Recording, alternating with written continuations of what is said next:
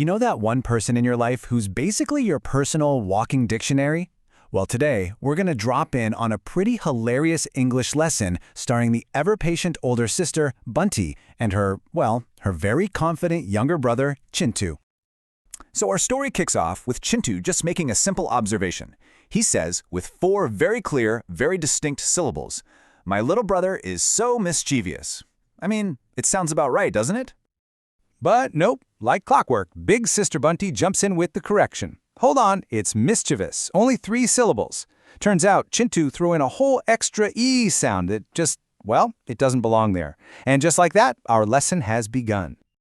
And that little moment kicks off our first section, where we're going to dive into the beautiful and, let's be honest, often frustrating art of mispronunciation.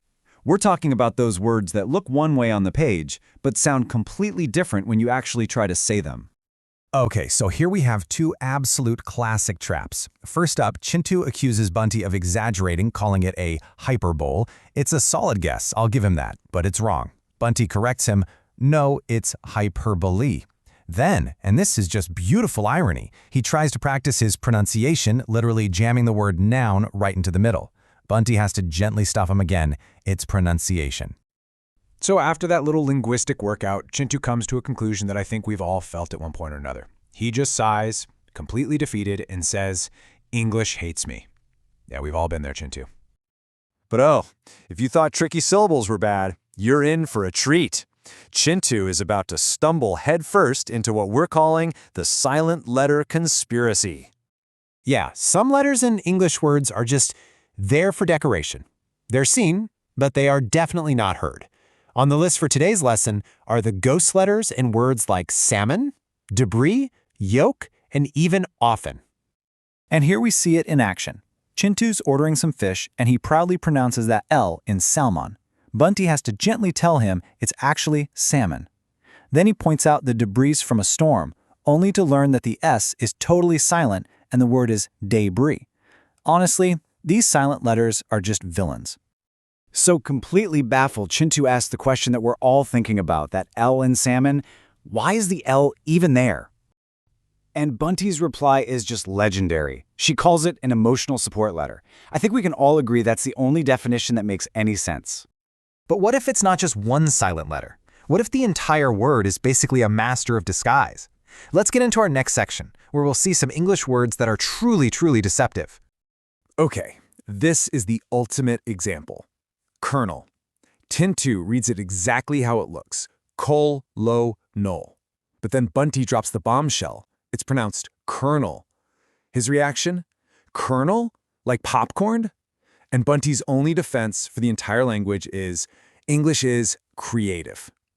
Yeah, that's one way to put it. And if Colonel is the final boss of the military, then this sauce has to be the final boss of the kitchen. Chintu gives it a brave shot with Worcestershire, but Bunty just effortlessly cuts that entire mouthful down to 2 simple syllables, Worcestershire. It's so different, it sounds like it's from another language. And Chintu's reaction is exactly what we are all thinking. He's just looking at the bottle, then at his sister, and says in total disbelief, "That's not even half the letters." Welcome to English, my friend. Welcome to English. So why is English such a minefield? What is going on here? Well, a huge part of the answer is that English loves to borrow words from other languages, but it often forgets to bring the pronunciation guide along with them. And this is where things get really chaotic. Chintu asks about a movie genre, but Bunty corrects it to the very French genre. He tries to order the trendy grain quinoa, but learns it's actually quinoa. And then, in a classic coffee shop mistake, he orders an espresso, only for Bunty to point out there's no X sound in the Italian espresso. So after that whirlwind tour of France, South America, and Italy, Chintu is just completely overwhelmed.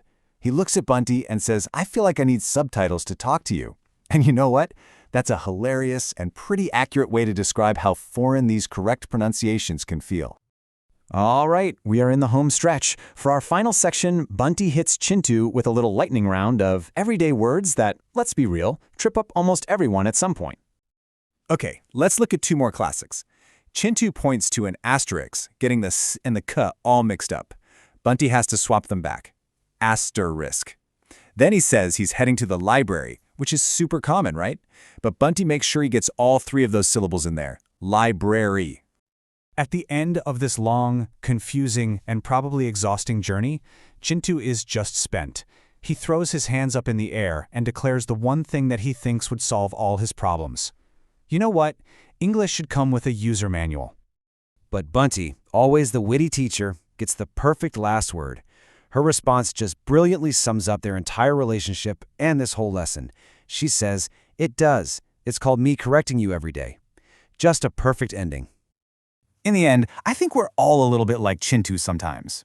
English is a wonderfully weird language that just keeps all of us on our toes. And that leaves us with one final question for you.